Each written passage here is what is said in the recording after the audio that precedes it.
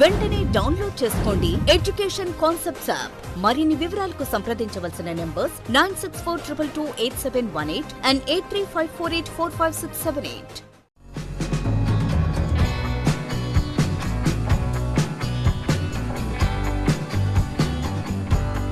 Okay students, ఇప్పుడు మనం అణుశక్తిని discuss చేయబోతున్నాం.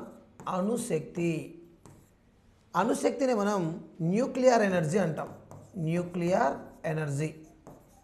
మరి న్యూక్లియర్ ఎనర్జీ లేదా అణుశక్తి అనేది ఏ విధంగా పొందొచ్చు అంటే రెండు ప్రక్రియల ద్వారా ఈ శక్తిని పొందొచ్చు. We're getting the nuclear energy by the two processes or by the two phenomena we are getting nuclear energy. First one, కేంద్రక విచ్చిత్తి. దీన్నే ఇంగ్లీష్లో న్యూక్లియర్ ఫిజన్ అంటారు. Nuclear fission, FISSION. రెండవది కేంద్రక సంలీనం. ఈ కేంద్రక సంలీనాన్నే న్యూక్లియర్ ఫ్యూజన్ అంటారు. Nuclear fusion. ఒకటి ఫిజన్, ఇంకొకటి ఫ్యూజన్. ఏంటి విచ్చిత్తి అంటే, ఏంది సంలీనం అంటే, ఏం జరుగుతుంది అక్కడ అనే విషయాన్ని ఇప్పుడు మనం డిస్కస్ చేయబోతున్నాం. ముందుగా మనం కేంద్రక విచ్చిత్తి డిస్కస్ చేద్దాం, తర్వాత మనం కేంద్రక సంలీనాన్ని డిస్కస్ చేద్దాం. రైట్ అండి. సో కేంద్రక విచ్చిత్తిని మనం డిస్కస్ చేద్దాం. Nuclear fission. విచ్చిత్తి అంటే ఏంటో చూద్దాం. కేంద్రక విచ్చిత్తి అంటే విడగొట్టడం అండి. ఒక పెద్ద కేంద్రకాన్ని రెండు చిన్న కేంద్రకాలుగా విడగొడితే దాన్ని ఫిజన్ అంటారు. మీరు ఇక్కడ గమనించినట్లయితే యురేనియం అనేటువంటి ఒక మూలకం ఉంది. ఇది భార కేంద్రకం. దీన్ని ఒక న్యూట్రాన్తో ఢీకొనిస్తున్నాం. ఎప్పుడైతే యురేనియం న్యూట్రాన్తో ఢీకొంటుందో అప్పుడు యురేనియం 235 అనేటువంటి మూలకాన్ని న్యూట్రాన్తో ఢీకొనిస్తే యురేనియం 236 అనేటువంటి కొత్త మూలకం వస్తుంది. యురేనియంలోనే మరొక మూలకం వస్తుంది. అయితే ఈ యురేనియం 236 విడిపోయేటువంటి స్వభావాన్ని కలిగి ఉండేటువంటి ఒక మూలకం. ఇది కాస్త క్రిప్టాన్గా, బేరియంగా విడిపోతూ ఉంది.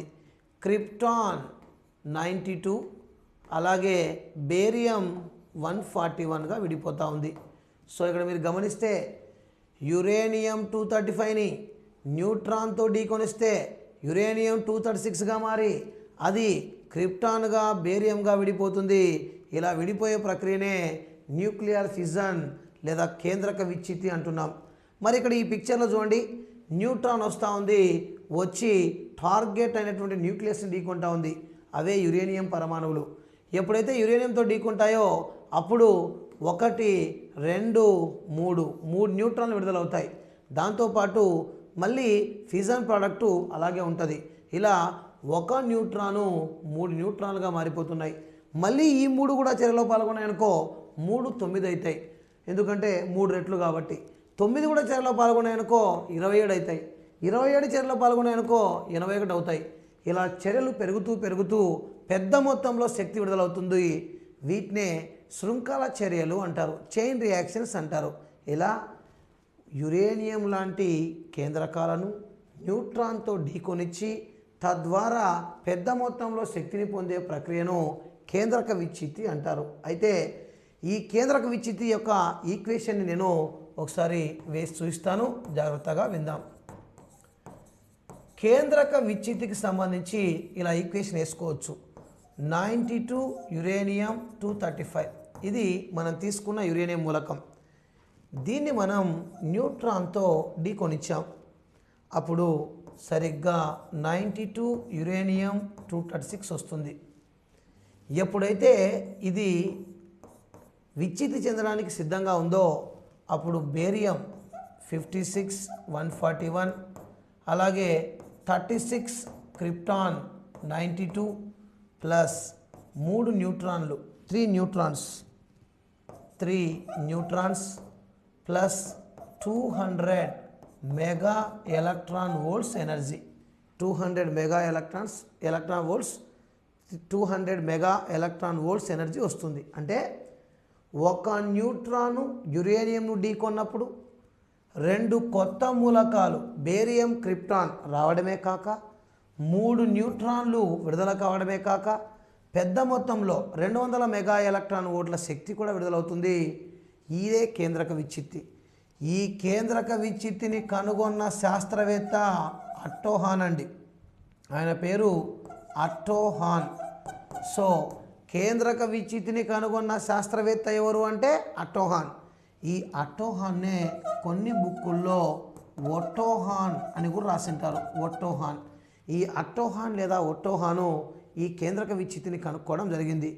ఈ కేంద్రక విచ్ఛిత్తిని కనుక్కోవడంలో ఈ అట్టో హాన్కి 2 శిష్యులు కూడా ఆయనకు సహకరించడం జరిగింది. ఒక శిష్యుని పేరు లిసే మెయిట్నర్. లిసే మెయిట్నర్. ఇంకొక శిష్యుని పేరు ఫ్రిట్జ్ స్ట్రాస్మన్. ఫ్రిట్జ్ స్ట్రాస్మన్. ఫ్రిట్జ్ స్ట్రాస్మన్ మరియు లిసే మెయిట్నర్ వీళ్ళిద్దరు కూడా కేంద్రక విచ్ఛిత్తి కనుక్కోవడంలో ఈ అట్టో హాన్ గారికి సహకరించడం జరిగింది. అయితే ఈ కేంద్రక విచ్ఛిత్తిని ఎక్కడ వాడతాం, ఉపయోగాలేంటి, వాట్ ఆర్ ద యూజెస్? కేంద్రక విచ్ఛిత్తి వల్ల ఉపయోగాలు ఏమి అంటే గాన దీనివల్ల నెంబర్ 1 పరమాణు బాంబు పేలుతుంది. పరమాణు బాంబునే మనం ఇంగ్లీష్లో యాటమ్ బాంబ్ అంటాం, అటామిక్ బాంబ్. ఈ అటామిక్ బాంబు పనిచేసే సూత్రం కేంద్రక విచ్ఛిత్తే. సో పరమాణు బాంబు కేంద్రక విచ్ఛిత్తి వల్ల పనిచేస్తుంది. ఈ పరమాణు బాంబును కూడా కనుగొన్నది ఆయనే. ఎవరు అంటే అట్టో హాన్. అట్టో హాన్ అనే శాస్త్రవేత్తనే కనుక్కోవడం జరిగింది.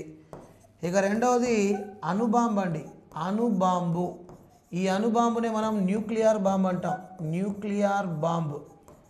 సో ఈ అణుబాంబు లేదా న్యూక్లియర్ బాంబును కనుగొన్న శాస్త్రవేత్త ఓపెన్ హైమర్ అండి. ఓపెన్ హైమర్. ఈ హైమర్ అనే వ్యక్తి కనుక్కోవడం జరిగింది. ఓపెన్ హైమర్ దేన్ని అంటే అణుబాంబును. ఇక మూడవ ఉపయోగం న్యూక్లియర్ రియాక్టర్. Nuclear reactor. ఈ న్యూక్లియర్ రియాక్టర్ మరొక పేరు కేంద్రక రియాక్టర్. సో కేంద్రక రియాక్టర్ లేదా న్యూక్లియర్ రియాక్టర్ పనిచేసే సూత్రం కూడా కేంద్రక విచ్ఛిత్తే. ఈ న్యూక్లియర్ రియాక్టర్ లేదా కేంద్రక రియాక్టర్ను కనుగొన్న వ్యక్తి ఫెర్మి అండి, ఫెర్మి. సో మీరు గమనిస్తే కేంద్రక విచ్ఛిత్తి అనేటువంటి ప్రాసెస్ లేదా పద్ధతి 3 చోట్ల ఉపయోగపడుతూ ఉంది. పరమాణు బాంబు, అణుబాంబు, న్యూక్లియర్ రియాక్టర్. ఇవన్నీ కూడా పెద్ద మొత్తంలో శక్తిని ఇచ్చేవే. సో పరమాణు బాంబును కనుగొన్నవారు అట్టో హాన్ అయితే, అణుబాంబును కనుగొన్నవారు ఓపెన్ హైమర్ అయితే, న్యూక్లియర్ రియాక్టర్ను కనుగొన్నవారు ఫెర్మి. ఇప్పుడు నేను వాటిని కూడా పరిచయం చేస్తా. రైట్ అండి. ఇది ఏ బాంబు అంటే అటామిక్ బాంబు. దీన్నే మనం పరమాణు బాంబు అంటున్నాం. ఈ పరమాణు బాంబు సరిగ్గా ఇలా ఉంటుంది. ఈ పెద్ద మొత్తంలో లోపల యురేనియంను కానీ థోరియం కానీ నింపి దాన్ని లోపలికి న్యూట్రాన్లు ప్రవేశపెడతాం. ఒక న్యూట్రాన్ వెళ్ళి 3 న్యూట్రాన్లు, 3 9, 9 27, 20 181, 27 81 అలా పెద్ద మొత్తంలో చర్యలు జరుగుతూ ఒక్కసారిగా బ్లాస్ట్ అవుతుంది. ఆ ప్రాంతం అంతా కూడా నాశనం అవుతుంది. ఇలాంటి పరమాణు బాంబుల్ని అమెరికా, తర్వాత రష్యా, తర్వాత జపాన్, తర్వాత ఉత్తర కొరియా ఇలాంటి దేశాల దగ్గర ఉన్నట్టుగా మనకు సమాచారం. ఈ పరమాణు బాంబు పనిచేసే సూత్రం ఇందాక చెప్పినటువంటి కేంద్రక విచ్ఛిత్తి. కేంద్రక విచ్ఛిత్తి, న్యూక్లియర్ ఫిజన్. అలాగే ఇంకొక బాంబు, ఈ బాంబు అణుబాంబు. ఈ అణుబాంబునే మనం ఇంకొక పేరుతో ఏమని పిలుస్తామంటే న్యూక్లియర్ బాంబు అంటాం. ఇది కూడా పరమాణు బాంబు కంటే అణుబాంబు ఇంకా శక్తివంతమైంది. ఇది పేలినప్పుడు కూడా చాలామంది చనిపోతారు. మరి ఈ అణుబాంబులతో సరిగ్గా 1945లో అమెరికా వాళ్ళు జపాన్లోని హిరోషిమా, నాగసాకి పట్టణాల మీద బాంబులతో దాడి చేయడం జరిగింది. హిరోషిమా పట్టణం మీద లిటిల్ బాయ్ అనేటువంటి బాంబును, తర్వాత నాగసాకి అనే పట్టణం మీద ఫ్యాటీ మ్యాన్ అనేటువంటి బాంబును వేయడం జరిగింది. మరి ఆ బాంబులతో ఆనాడు దాడి చేసినప్పుడు జపాన్లో ఏ ప్రాంతం అయితే నాశనం అయిపోయిందో అప్పుడు నాశనమైన ఆ ప్రాంతంలో ఇప్పటికి కూడా చిన్నపాటి గడ్డి పరక కూడా మొలకెత్తలేదు అంటే ఆ బాంబుల దాటి ఆ బాంబుల యొక్క శక్తి ఎంత ఉంటుందో మనం అర్థం చేసుకోగలం. అలాంటి అణుబాంబు సృష్టికర్తే ఇందాక చెప్పినటువంటి ఓపెన్ హైమర్. ఎవరండి? ఓపెన్ హైమర్. తర్వాత ఇక్కడ న్యూక్లియర్ రియాక్టర్ని మనం చూస్తున్నాం. న్యూక్లియర్ రియాక్టర్, దీన్నే కేంద్రక రియాక్టర్ అంటాం. ఈ కేంద్రక రియాక్టర్ కూడా పనిచేసే సూత్రం, న్యూక్లియర్ రియాక్టర్ కూడా పనిచేసే సూత్రం కేంద్రక విచ్ఛిత్తినే. ముఖ్యంగా ఈ న్యూక్లియర్ రియాక్టర్లో యురేనియంను, థోరియంను విచ్ఛిత్తి జరిపి విచ్ఛిత్తి ద్వారా వచ్చేటువంటి పెద్ద మొత్తంలో శక్తిని వాడుకొని నీళ్లను వేడి చేసి నీటి ఆవిరిగా మార్చి నీటి ఆవిరితో టర్బైన్ తిప్పి టర్బైన్ ద్వారా యాంత్రిక శక్తిని, తద్వారా విద్యుత్ శక్తిని ఉత్పత్తి చేస్తాం. మొత్తం మీద కేంద్రక రియాక్టర్ కూడా విచ్ఛిత్తి అనేటువంటి ప్రాసెస్ ద్వారా ఉంది. ఈ న్యూక్లియర్ రియాక్టర్ల ద్వారా మనం తయారు చేసే విద్యుత్తు అణువిద్యుత్ అండి. ఏది? అణువిద్యుత్. అణువిద్యుత్ కోసం కేంద్రక రియాక్టర్లు వాడతాం. అంటే for the nuclear power we use nuclear reactors. అణువిద్యుత్ ఉత్పత్తి కోసం అణువిద్యుత్ కేంద్రాలు ఉంటాయి. అణువిద్యుత్ కేంద్రాలు, అణువిద్యుత్ కేంద్రాలు మనకు అణువిద్యుత్ కోసం వాడుతూ ఉంటాం. ఎక్కడెక్కడ అణువిద్యుత్ కేంద్రాలు ఉన్నాయి ఇండియాలో, వాటి పేర్లు ఏంటి మనం ఒకసారి డిస్కస్ చేద్దాం. సో భారతదేశంలో ఉన్నటువంటి అణువిద్యుత్ కేంద్రాలు, భారతదేశంలోని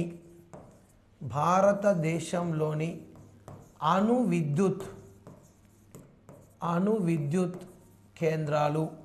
so nuclear power centres in our India.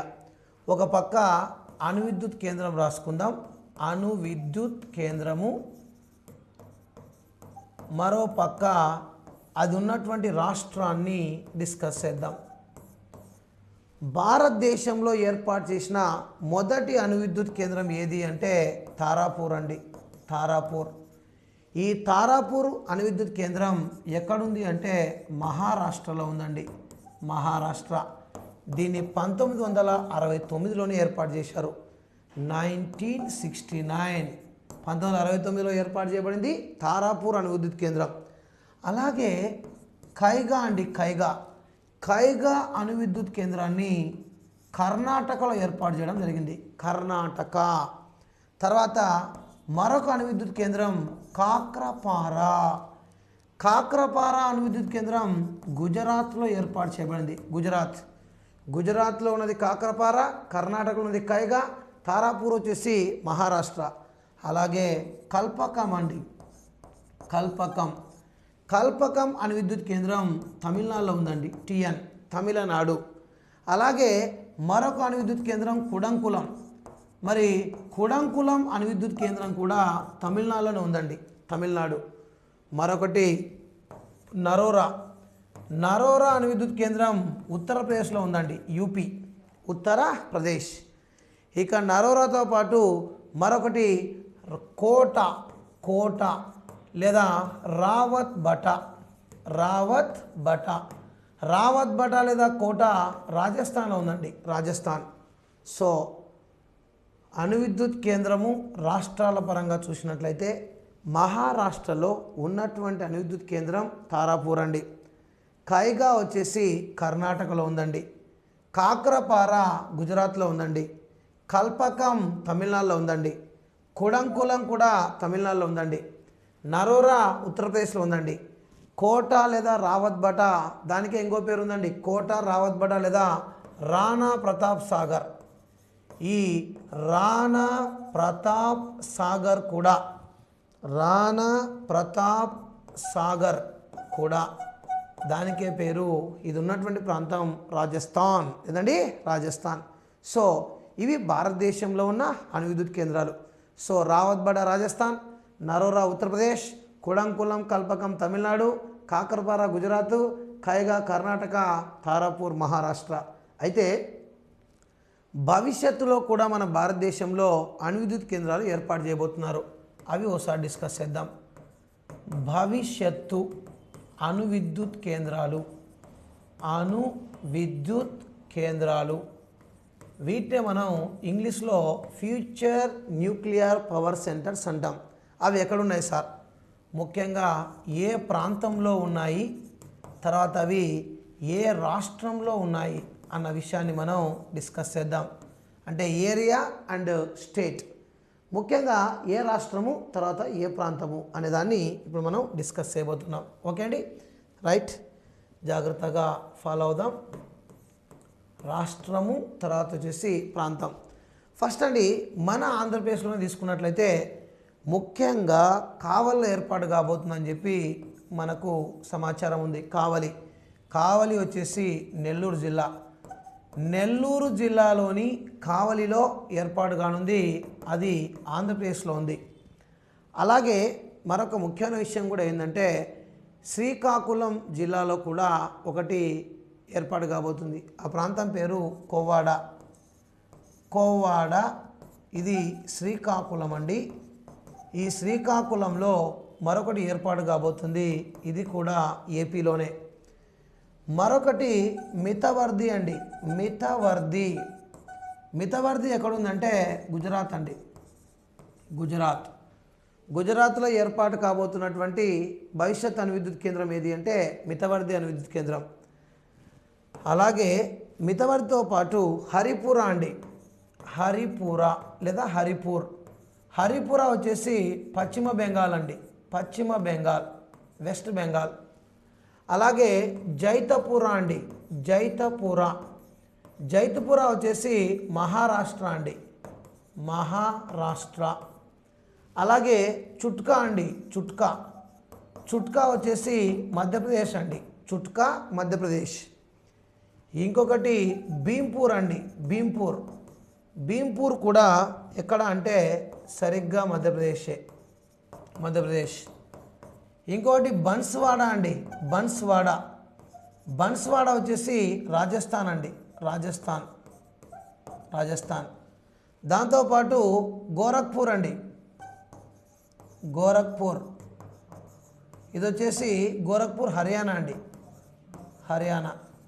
So హర్యానాలోని గోరఖ్పూర్లో, రాజస్థాన్లోని బన్స్వాడలో, మధ్యప్రదేశ్లో భీంపూర్ మరియు చుట్కాలలో, మహారాష్ట్రలోని జైత్పురాలో, పశ్చిమ బెంగాల్లోని హరిపురాలో, గుజరాత్లోని మితవర్దిలో, ఆంధ్రప్రదేశ్లోని కోవాడలో, ఆంధ్రప్రదేశ్లోని కావల్లో మనకు భవిష్యత్తులో అణువిద్యుత్ కేంద్రాలు ఏర్పాటు కానున్నాయన్న విషయాన్ని మనం గుర్తెరగాలి. అలాగే ఇప్పుడు మరొక విషయాన్ని మనం డిస్కస్ చేస్తున్నాం, కేంద్రక సంలీనము.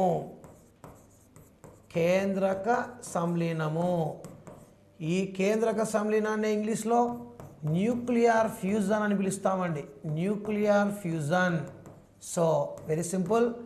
సంలీనము అంటే చిన్న చిన్న కేంద్రకాలు సంయోగం చెంది ఒక భార కేంద్రకాన్ని ఏర్పరిస్తే దాన్నే కేంద్రక సంలీనం అంటారు.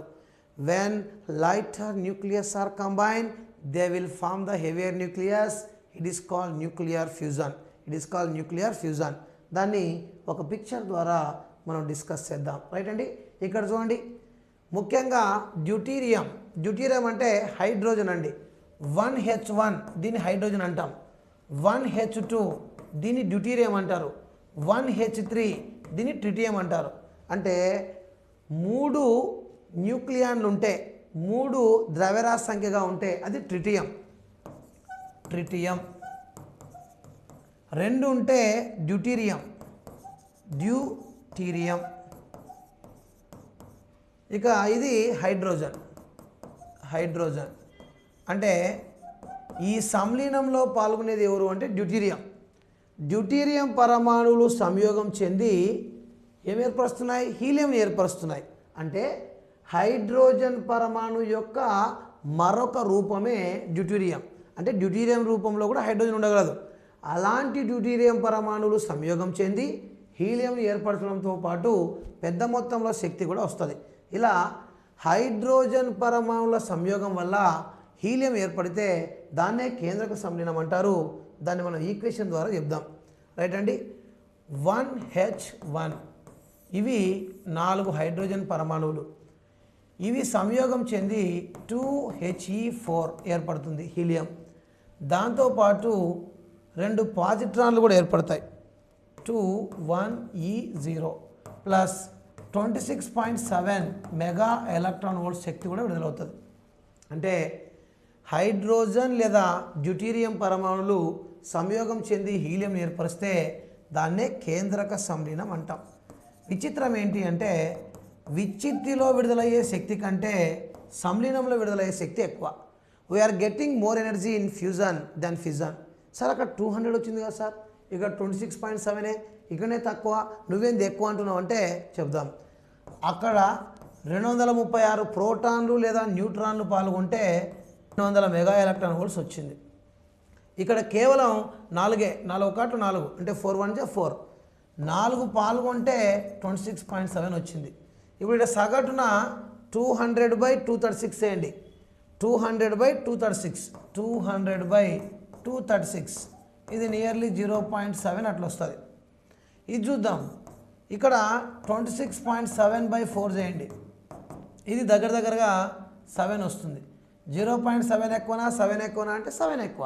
సో విచ్చిత్తిలో విడుదలయ్యే శక్తి కంటే సంలీనంలో విడుదలయ్యే శక్తి ఎక్కువ. We're getting more energy in fusion than fission. మరి ఎక్కడ వాడతారు సార్ అంటే విందాం. ఎక్కడ వాడతారు అంటే ముఖ్యంగా అండి ఉపయోగాలు, సంలీనం వల్ల ఉపయోగాలు, సంలీనం ఉపయోగాలు, యూజెస్ ఆఫ్ ఫ్యూజన్. నెంబర్ 1, సూర్యుని శక్తికి కారణం సంలీనం. Sun is getting energy of fusion. Number 2, నక్షత్రాల శక్తికి మూలం, నక్షత్రాలు శక్తిని పొందడానికి కారణం సంలీనమే. So sun and stars are getting energy because of fusion. Number 3, ముఖ్యంగా హైడ్రోజన్ బాంబు, హైడ్రోజన్ బాంబు పనిచేసే సూత్రం కూడా సరిగ్గా సంలీనమే.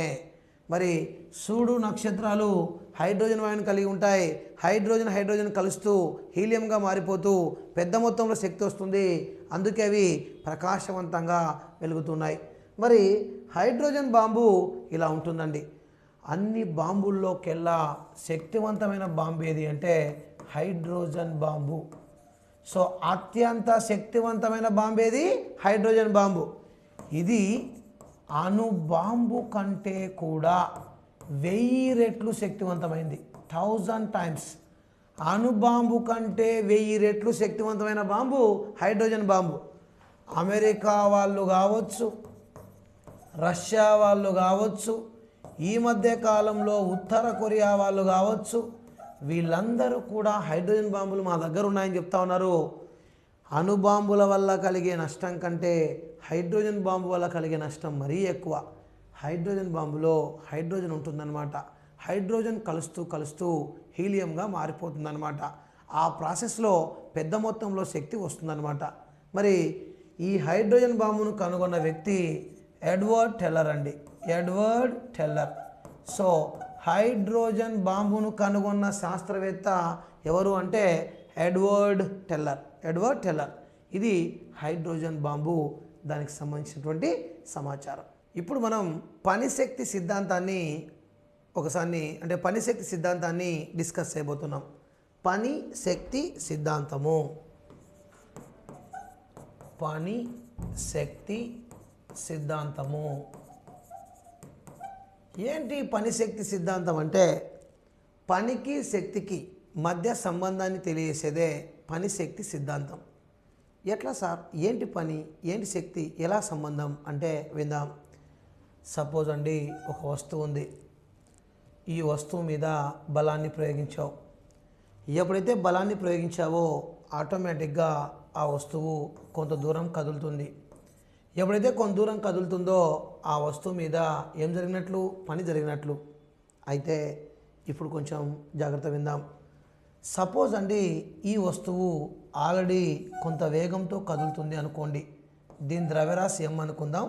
స్టార్టింగ్లో ఆల్రెడీ కొంత వేగంతో కదులుతుంది, ఆ వేగమే u. ఎప్పుడైతే నువ్వు బలం ప్రయోగించావో అప్పుడు ఆ వస్తువు వేగము vకి మారింది. అంటే ద్రవ్యరాశి మారదు కానీ వేగం మారింది. ఇప్పుడు బాగా చూడండి, బలం ప్రయోగించకముందు గతియ శక్తి ఆఫ్ mv². గతియ శక్తి సూత్రం ఆఫ్ mv². u ఉంది కాబట్టి u² రాసుకున్నాం. ఇప్పుడు గతియ శక్తి ఆఫ్ mv². ఇప్పుడు మీరు బాగా గమనించండి, గతీయ శక్తి హాఫ్ ఎంవి స్క్వేర్ నుండి హాఫ్ ఎంవి స్క్వేర్కి మారింది. ఎందుకు మారింది? బలం వల్ల, దీని మీద పని జరగడం వల్ల అలా మారింది. సో వస్తువు మీద బలం ప్రయోగిస్తే బలం కారణంగా పని జరుగుతుంది. ఆ పని వల్ల దాని గతీయ శక్తిలో మార్పు వస్తుంది. ఆ పనికి శక్తికి మధ్య సంబంధాన్ని ఒక సూత్ర రూపంలో మనం చెప్పుకోవచ్చు. ఎలా అంటే పని అంటే ఏంటి? W ఈజ్ ఈక్వల్ టు తుది గతీయ శక్తి మైనస్ తొలి గతీయ శక్తి half MV square minus half MU square. దీన్నే మనం పని శక్తి సిద్ధాంతంగా చెప్తాం. అంటే బలం ప్రయోగించడం వలన వస్తువుకున్న ద్రవ్యవేగం హాఫ్ ఎంవి స్క్వేర్ నుండి హాఫ్ ఎంవి స్క్వేర్కి మారింది. ఈ గతీయ శక్తిలో ఎంతైతే మార్పు వచ్చిందో ఆ గతీయ శక్తిలో మార్పే జరిగినటువంటి పనికి సమానము అని అర్థం. సపోజ్ నేను నడుచుకుంటూ పోతున్నానండి. నడుచుకుంటూ పోతున్నప్పుడు నాకు ఆల్రెడీ కొంత వేగం ఉందండి, అంటే నాకు ఆల్రెడీ కొంత గతీయ శక్తి ఉందండి. ఎప్పుడైతే నా మీద బాహ్యంగా వెనక నుంచి బలం ప్రయోగిస్తారో అప్పుడు నా వేగం పెరుగుతుందండి, అంటే అప్పుడు నా గతీయ శక్తి పెరుగుతుందండి. నా గతీయ శక్తి ఎందుకు పెరిగింది అంటే నా వల్ల బలం వల్ల, సరే నా వెనక బలం వల్ల పని జరిగిందండి. అంటే నా మీద జరిగిన పని ఎంత అంటే నాకు తుది గతీయ శక్తి ఎంత, తొలి గతీయ శక్తి ఎంత, ఆ గతీయ శక్తిలో డిఫరెన్స్ చేసుకుంటే పని వస్తుందండి. దాన్ని మనం ఒక పిక్చర్ ద్వారా కూడా డిస్కస్ చేద్దాం.